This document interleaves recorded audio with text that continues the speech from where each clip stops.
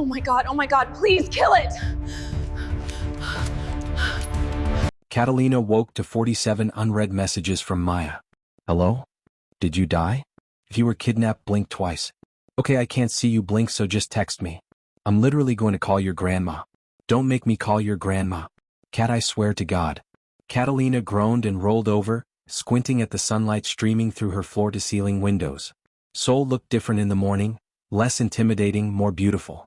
The Han River glittered in the distance, and the mountains beyond were hazy with morning mist. Her phone showed 6:47 a.m. She'd slept like the dead despite everything. Or maybe because of everything. Terror was exhausting. She typed back to Maya, I'm alive. I'll video call you after my morning class. It's a lot. Then she looked at her other messages. One from her grandmother, good morning baby girl. How's Seoul treating you? Eaten anything interesting? One from her study group, meeting at 2 p.m. in library. Don't forget the algorithms assignment. And one from an unknown number that made her heart skip. Good morning. I hope you slept well. The cockroach from last night has been permanently relocated to a facility far from your building. You're safe. TK. Catalina stared at the message, a smile tugging at her lips despite herself. A facility? She typed back. You have a cockroach relocation program? The response came almost immediately, I have people for everything. Breakfast? Her fingers hovered over the keyboard. This was insane. She didn't know this man. She didn't know what he did, who he was beyond a name and a face that should probably come with a warning label. I have class at 9. I know. I'll have something sent to your room. You need to eat. How do you know I don't eat breakfast? Because you strike me as the type who codes through meals and survives on coffee. Am I wrong? Catalina looked at her empty coffee maker, then at her laptop, which she'd opened last night to just check one thing, and had ended up coding until 2 a.m. No. Thought so. 30 minutes. Don't argue. She should argue. She should establish boundaries. She should definitely not let a man she met 12 hours ago send her breakfast. Instead, she got in the shower. 28 minutes later, there was a knock at her door. Catalina checked the peephole, hotel staff, a young woman in a crisp uniform pushing a room service cart, and opened it. Good morning, Miss Morrison, the woman said in perfect English with a bright smile. Breakfast from Mr. Kim. The cart was loaded. Not with a simple continental breakfast, but with an actual spread. Korean breakfast, kimchi, rice, grilled fish, soup. American breakfast, scrambled eggs, bacon, toast. Fresh fruit. Orange juice. Coffee that smelled like it cost more than her textbooks. This is a lot, Catalina managed. Mr. Kim wasn't sure of your preferences, the woman explained, setting everything up on Catalina's small dining table. He said to provide options. He said that. His exact words were, she's American. She might want Korean food. She might want comfort food. Give her both and let her choose. And make sure the coffee is good. The woman smiled. Mr. Kim is very particular about coffee. Catalina felt something warm unfold in her chest. He'd thought about it. Actually considered what she might want. Thank you, she said softly. The woman bowed slightly and left, refusing Catalina's attempt to tip her with a gentle, already taken care of, miss. Catalina sat down, looked at the feast and pulled out her phone. This is too much. It's breakfast. This is breakfast for 6 people. Then you'll have leftovers. Eat, Catalina. You have class in an hour. She took a picture of the spread and sent it to Maya with the caption. So about that cute Korean boy. Her phone immediately rang. Video call. Maya's face filled the screen. Her best friend since freshman year, dark skin, natural hair and a perfect twist out, eyes currently wide with shock. Catalina Morrison, Maya shrieked. What is happening? Shoo. It's like 5 p.m. there, aren't you at work? I'm on break and I don't care. Explain the feast on your table right now. Catalina angled the phone so Maya could see the full spread. Her friend's jaw dropped. Girl. That is not dining hall food. That is, I'm trying to wife you up food. It's not, we're not, Catalina sighed. Okay, so last night? She told the story. All of it. The cockroach, the jump, the penthouse lobby, the armed men, the way Tabin had held her and looked at her and somehow made her feel like the most interesting person in the room despite the fact that she'd been actively humiliating herself. Maya listened in silence, which was concerning.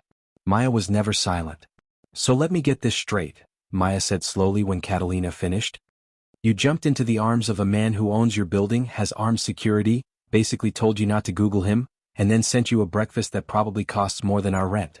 And you don't think that's suspicious? I think it's very suspicious. But you're smiling.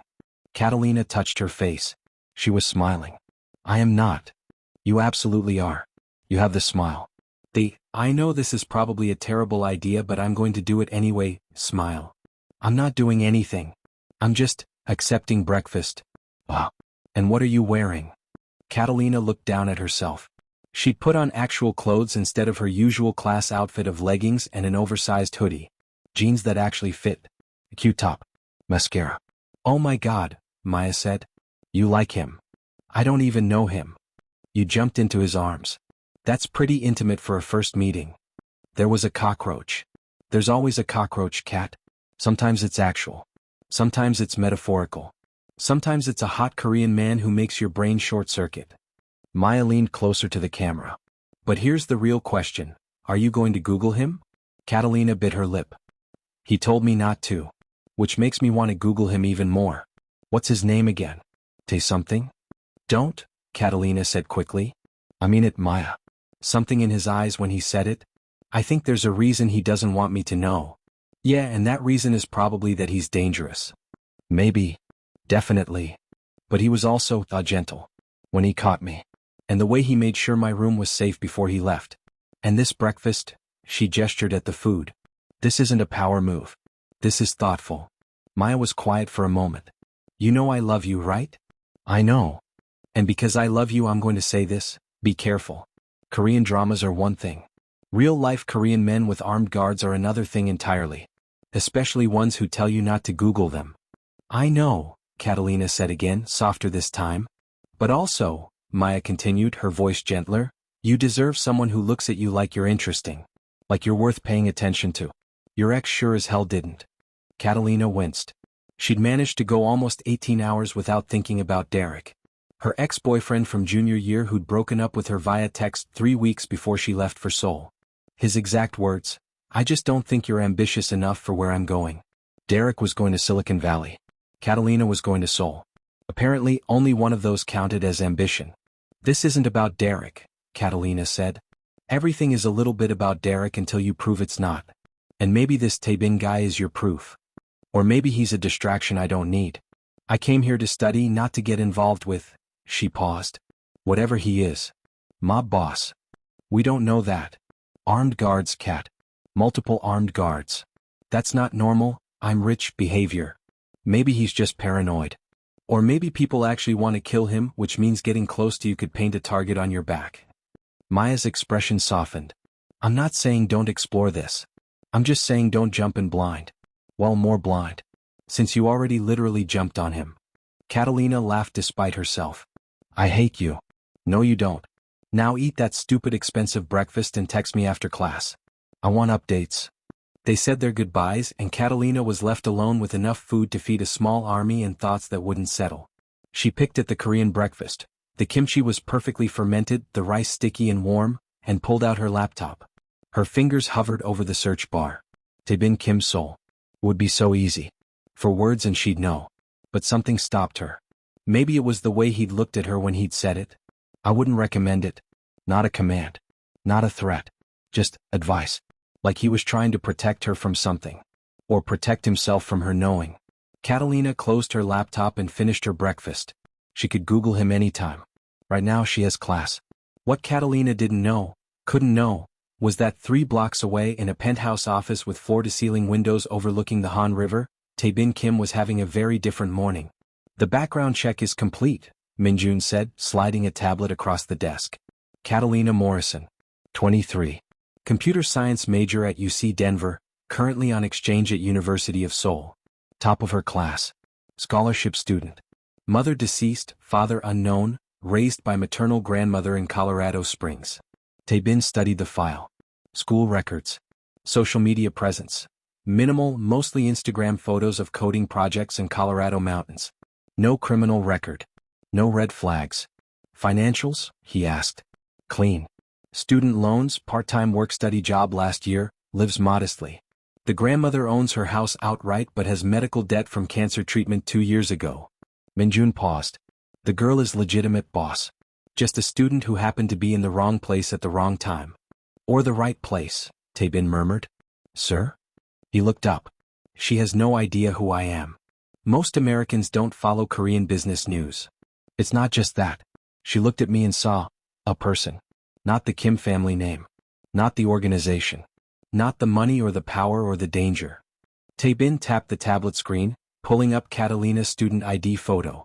She was smiling in it, a real smile, not the practiced half smile of someone used to cameras. When was the last time someone looked at me like I was just a person, Minjun?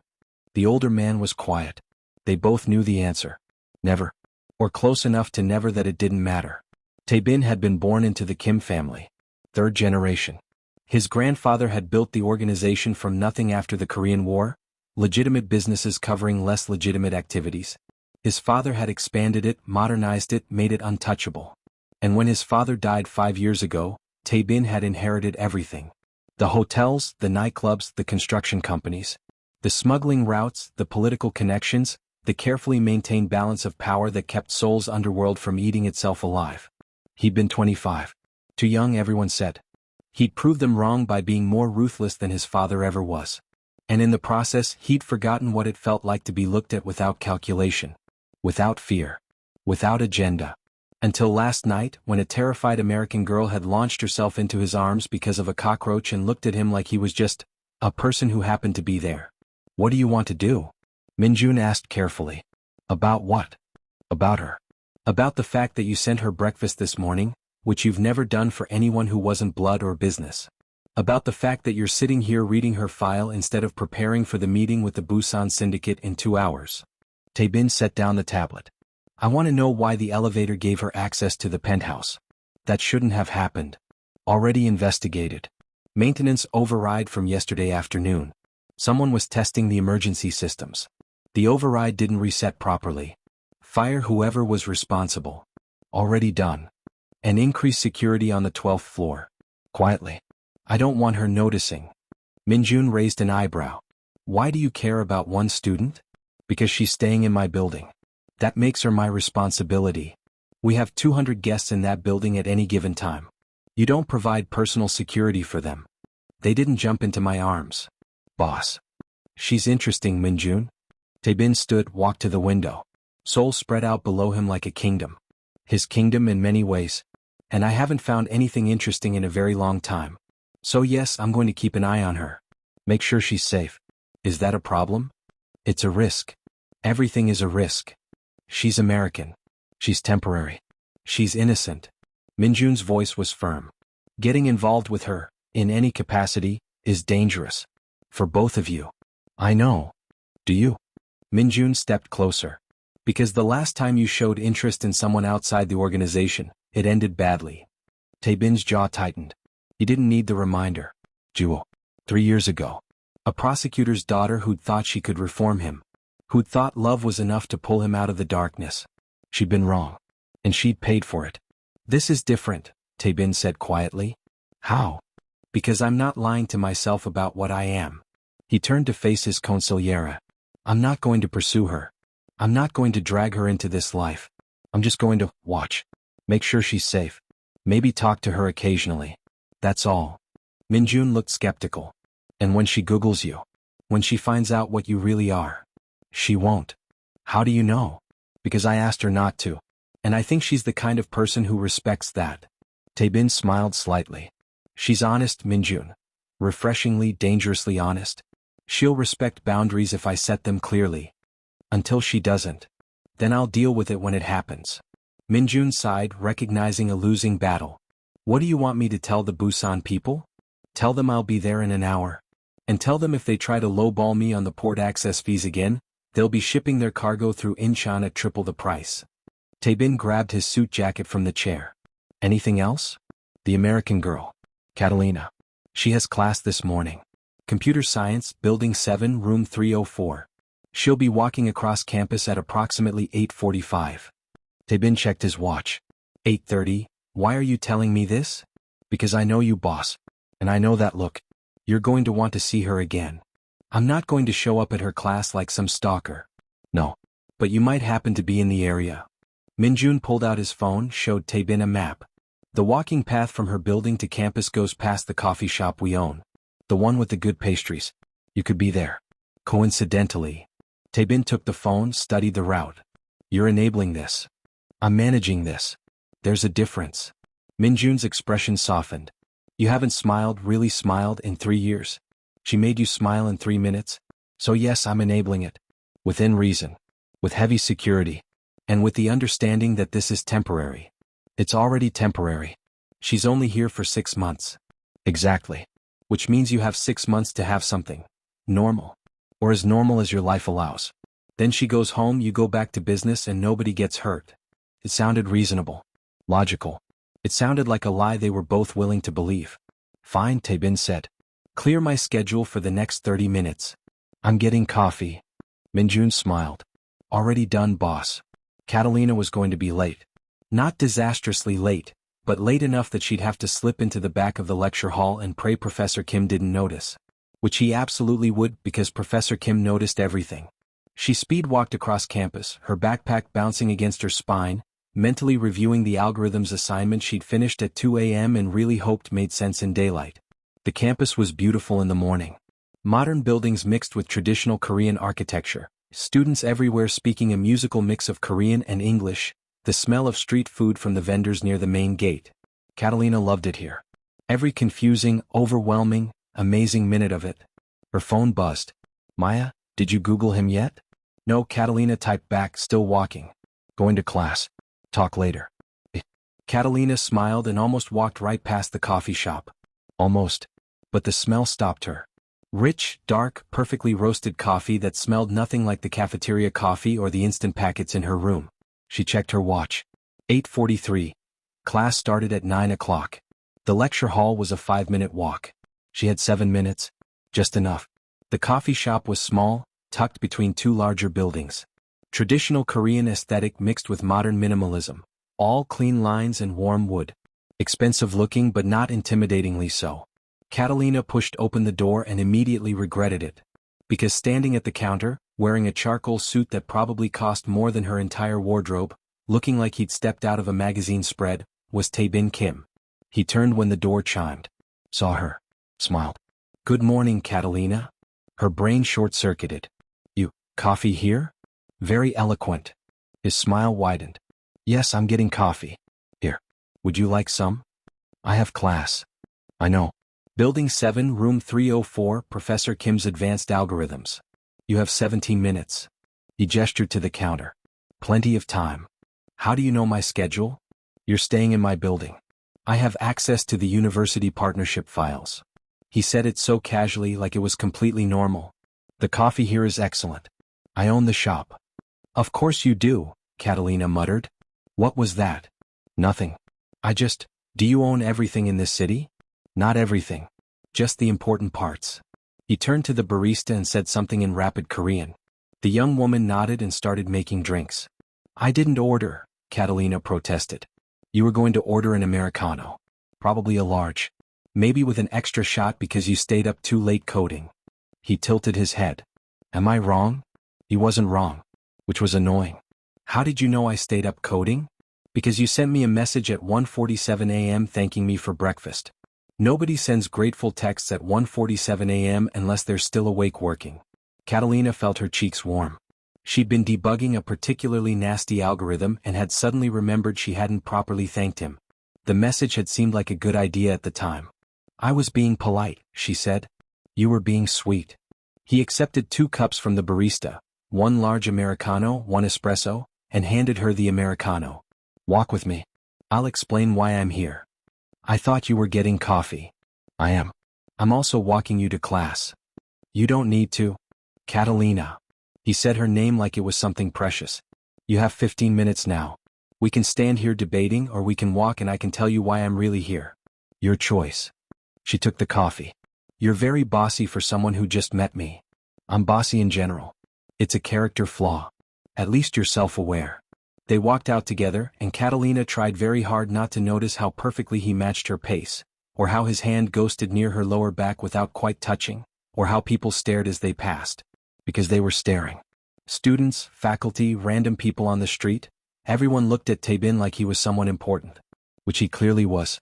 So, Catalina said, sipping her coffee, which was annoyingly perfect, why are you really here? I wanted to see you. She nearly choked on her coffee. What? I wanted to see you, he repeated calmly.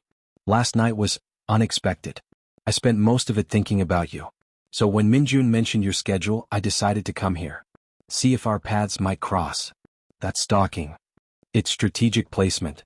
That's literally the same thing. Is it bothering you? Catalina thought about it. She should be bothered. Should be creeped out. Should be running in the opposite direction from the admittedly gorgeous man who'd somehow obtained her class schedule and was now walking her across campus like it was the most normal thing in the world. But she wasn't bothered. She was intrigued. No, she admitted. Which probably says terrible things about my judgment. Or excellent things about your instincts. They passed under a cherry blossom tree, blooms long gone, but the branches still beautiful. Can I be honest with you? As opposed to what you've been so far? He laughed. Fair point. But I mean really honest. The kind of honesty that might scare you. Catalina stopped walking. Turned to face him. Okay. Tabin looked at her for a long moment. I haven't had a normal conversation with someone in 5 years. Everyone who talks to me wants something. Money, connections, power, protection. Or they're afraid of me. Or both. But last night you looked at me like I was just a person. Someone who could help with a cockroach problem. You were just a person who could help with a cockroach problem. Exactly. He smiled, but it was tinged with something sad. And I liked it. I liked being that person even for a few minutes. So I'm here because I want more of that. More of feeling normal. And I think maybe you could give me that. Catalina's heart was doing complicated things in her chest. What exactly are you asking me? To be my friend. Your friend. Yes. Someone I can talk to. Have coffee with. Someone who doesn't know or care about the rest of it. He paused. I know it's selfish. I know it's asking a lot. But you're only here for 6 months and I thought maybe we could both use a friend, Catalina finished softly. Yes. She should say no. Should establish clear boundaries. Should remember Maya's warning about danger and Derek's rejection and all the very good reasons not to get involved with a man who owned half of Seoul and had armed guards. But when she looked at Tabin, really looked at him, she didn't see danger. She saw loneliness. The same kind of loneliness she'd been carrying since her mother died. Since Derek left. Since she'd gotten on a plane alone and flown halfway across the world to start over. Okay, she said. Friends.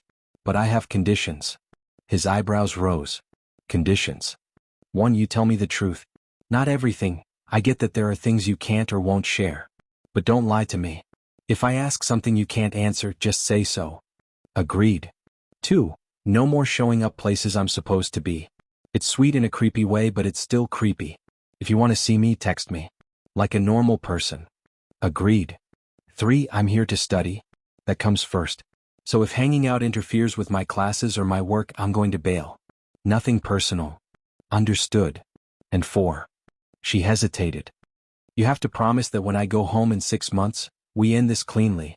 No drama, no complications, no trying to make me stay or convince me to come back. Just a clean ending. Something flickered across his face. Pain maybe. Or resignation. I promise, he said quietly. They stood there for a moment, the morning sun filtering through the trees, Seoul buzzing around them. So, Catalina said, breaking the silence. Friends who have coffee and talk about normal things? Exactly. What do you do, Tabin? For work, I mean. Besides owning hotels and coffee shops. He smiled. I run my family's business. Investments, real estate, hospitality. It's boring. That was a lie. She could see it in his eyes. But he'd said he'd tell her the truth, and this technically counted. He did run a family business. He just wasn't mentioning what else that business involved. She decided to let it slide. For now. And what do you do for fun? He paused. Frowned. I'm not sure I remember. You don't have hobbies? I work. I sleep occasionally. That's about it. That's depressing. It's efficient. It's sad. Catalina checked her watch. 8 minutes to class. Okay, new condition. If we're friends, you have to actually have fun sometimes. Do things that aren't work. Like what? I don't know. Normal people things. Movies, meals, museums. Whatever rich people do for fun that isn't just making more money. I'm not sure I know how to do normal people things. Then I'll teach you. She grinned. Consider it cultural exchange. You show me Seoul, I show you how to be a regular human being. Tabin laughed, that same genuine laugh from last night. Deal. When do we start? After I pass this algorithms exam next week. I need to study. What if I could help? You know advanced algorithms? I have a degree in computer engineering from MIT. Catalina stared at him. You what? MIT. Class of 2015. I was going to work in tech, but then my father died and I had to come home. He shrugged. Life happens. You continue to be full of surprises. Is that good or bad? I'll let you know. They'd reached her building. Catalina could see other students filing into the entrance. I have to go. I know. He didn't move. Thank you for the coffee. And the walk. Thank you for the conditions. I needed them. Why? Because they make this real. Real friends have boundaries. He smiled. Text me after class? Let me know how it goes. You want me to text you about algorithms? I want you to text me about anything. There was again that intensity in his eyes that made her feel like the only person in the world. Okay, Catalina said. I'll text you. She turned to go, made it 3 steps. Catalina? She looked back. For what it's worth, Tabin said quietly, I'm glad you jumped into my arms last night. Even if it was because of a cockroach. For what it's worth, Catalina replied, I'm glad you caught me. Then she walked into the building before she could say anything else stupid, her heart racing, her coffee still warm in her hands, wondering what the hell she was doing making friends with a man who was clearly dangerous and clearly lonely and clearly interested in her in ways that went beyond friendship. Maya was going to kill her. But Catalina was smiling as she slid into her seat in the lecture hall, pulled out her laptop and sent a quick text. Made it to class. Coffee was perfect. You're a terrible influence. The response came before Professor Kim started talking. I prefer to think of myself as an excellent influence in terrible situations. Good luck with algorithms. Try not to think about cockroaches. Catalina bit her lip to keep from laughing. 6 months, she told herself. 6 months of friendship with the most interesting, confusing, probably dangerous man she'd ever met. What could possibly go wrong? What could go wrong turned out to be almost everything. But not in the ways Catalina expected. The first week of their friendship was surprisingly normal. Tabin texted her every morning. Never anything intense or overwhelming. Just, good morning. Did you sleep? The neighborhood was the kind of wealthy that didn't need to announce itself. Traditional Korean houses hidden behind high walls, imported cars in driveways, security cameras disguised as decorative lanterns. Everything whispered money and power in a language Catalina was only beginning to understand. Tabin stopped in front of a gate. Black iron, 12 feet high with a scanner beside it. He pressed his palm to the reader and the gate swung open silently. This is your house? Catalina asked. One of them. The one I actually live in. He led her through a courtyard garden, perfectly manicured, lit by subtle ground lights that made the path glow. The penthouse is for show. For meetings. This is private. The house was beautiful. Modern architecture blended with traditional Korean elements. Clean lines and warm wood, floor-to-ceiling windows that somehow didn't feel exposed. Inside was minimalist but comfortable. Art on the walls. Real art, the kind Catalina had only seen in museums. Books everywhere. A grand piano in one corner. You play? She asked, gesturing to the piano. My mother insisted. She said a man should have at least one skill that doesn't involve intimidation. He smiled slightly. She died when I was 16. I still play for her sometimes. Catalina's heart ached. I'm sorry. So am I. He walked to a bar cart, poured 2 glasses of whiskey. Handed her one. You're going to need this. She took it but didn't drink. Just tell me, Tabin. Whatever it is. He sat on the couch and after a moment she sat across from him. The distance felt important. Like they both needed space for what came next. My family name is Kim, he began. But not just Kim. The Kim family. We've controlled Seoul's underground for 3 generations. My grandfather started with protection rackets after the war. My father expanded into legitimate businesses, hotels, construction, entertainment, but never left the other side. When he died 5 years ago, I inherited everything. Everything meaning I'm what Americans would call a mob boss. What Koreans would call japuk. I run the largest criminal organization in Seoul. Smuggling, gambling, protection, loan sharking. If it's illegal and profitable, I probably have a hand in it. He met her eyes. I also run dozens of legitimate businesses. I employ thousands of people. I donate millions to charity. I'm on the board of 3 universities including yours. I'm both respected and feared, and the lines between the two are so blurred I don't know where one ends and the other begins. Catalina's hand trembled slightly on her glass. The armed men. Protection. I have enemies. Lots of them. Rival organizations, law enforcement, politicians I won't pay off, business partners I've double-crossed. Any one of them would love to see me dead. And the man following me? Probably sent by someone who wanted to know why I'm suddenly spending time with an American student. To see if you're valuable. If you could be leveraged against me. His expression darkened. They were wrong to look at you. They won't make that mistake again. What did you do to him? I had Minjun's team question him. Find out who sent him. Then I had him driven to Busan and told that if he ever comes back to Seoul, he'll disappear permanently. Tabin sipped his whiskey. I didn't kill him if that's what you're asking. Despite what you might think, I don't kill people casually. Only when necessary. And how often is it necessary? Less often than you'd think. More often than I'd like. Find out what happens in their relationship in the next episode, which is coming up soon. Thank you for watching. If you enjoyed the story, please subscribe to our channel. Click on the notification icon so that you will get notified whenever a new story is posted. Also leave us a like, comment, and share to others who love good stories.